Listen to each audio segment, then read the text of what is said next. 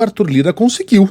Aprovou o regime de urgência do projeto que criminaliza os erros em pesquisas antes de eleições. E agora, Orengo, bom dia. Muito bom dia, Megali, Sheila Carla, bom dia a todos. Agora começa uma guerra aí, Megali, entre parlamentares contra e parlamentares a favor, para decidirem se vão votar antes do segundo turno.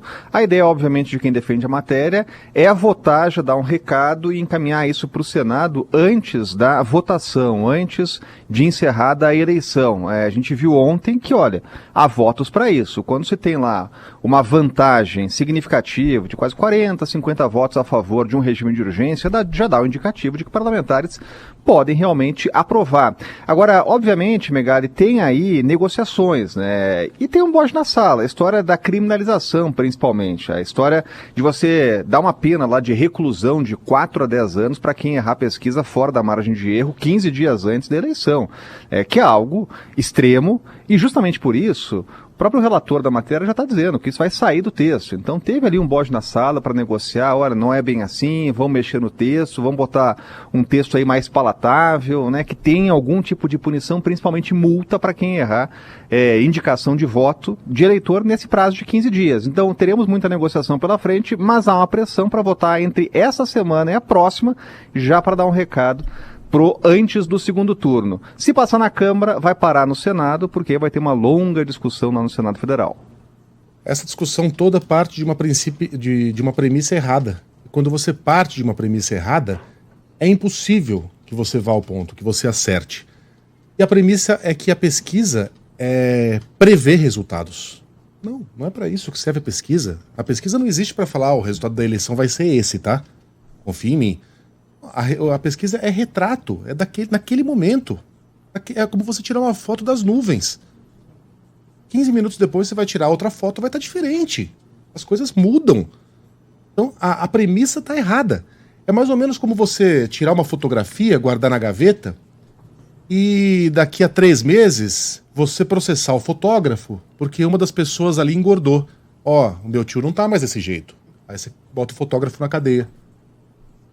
Não faz sentido, não tem cabimento. E o tio Rei apontava mais cedo na coluna dele. 4 a 6 anos de cadeia. Cana, por erro. Sabe qual cria a pena para peculato, corrupção ativa e passiva? De 2 a 12 anos. Então, a pena mínima para peculato, para corrupção, roubar dinheiro, é menor do que a pena mínima para quem cometeu um erro numa pesquisa presidencial. Assassinato, pena mínima de 6 anos. Ou seja, você pode pegar mais tempo de cadeia por errar uma pesquisa do que por matar uma pessoa. É isso. Está sendo discutido. Divulgação, né? Porque as pesquisas vão continuar sendo feitas. É sempre importante lembrar. Quem tem dinheiro, banco, grande empresa e tal, vai ter acesso a esses números. Uhum. Quem não vai ter acesso somos nós, né? Exatamente. É a gente que não vai saber o que está rolando. E aí você vê, né, como o interesse, Orengo, o interesse do momento, né, dos parlamentares é o que manda na urgência, né? Porque votar a urgência de um projeto, aprovar a urgência de um projeto que é de 11 anos atrás. Tanto que ele vai ter de sofrer alterações, né? O texto vai ter de mudar, como você dizia.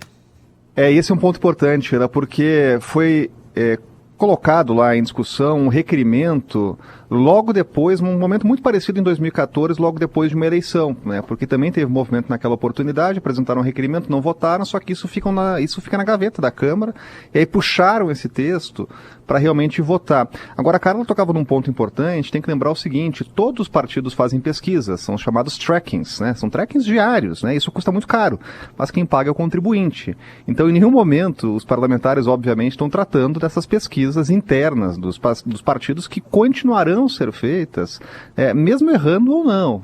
Volta e meia a gente vê aí nas redes, né? De lado a lado, isso é democrático, né? Fulano de tal diz que a pesquisa interna mostra um cenário que é diferente do que está aparecendo, né? Então isso vai continuar acontecendo. Os partidos vão continuar contratando as empresas, os institutos de pesquisa, com o fundo eleitoral, fundo partidário, e sobre esse item não está em discussão. Toda vez que a gente fala de uma pesquisa aqui, a gente fala nível de confiança 95%. Às vezes a pessoa ouve isso e nem sabe o que quer dizer. 95% quer dizer o seguinte, se você fizer aquela pesquisa 100 vezes, usando a mesma metodologia, você, em 95% das vezes, vai chegar ao mesmo resultado dentro da margem de erro. Só que em 5% das vezes não. Então isso é o Instituto nos avisando que, olha, é possível que a gente esteja fora da margem de erro, de que esses resultados não condigam com a realidade. A possibilidade é muito grande de que eles estejam certos, mas há esses 5% vagabundos. Tá? Então a própria pesquisa está nos informando que ela não é infalível. E aí você vai transformar isso num crime que pode dar 10 anos de cana. É uma barbaridade que a gente esteja discutindo esse assunto.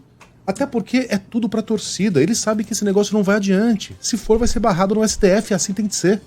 É inconstitucional. Coisa de republiqueta a gente tá falando desse assunto.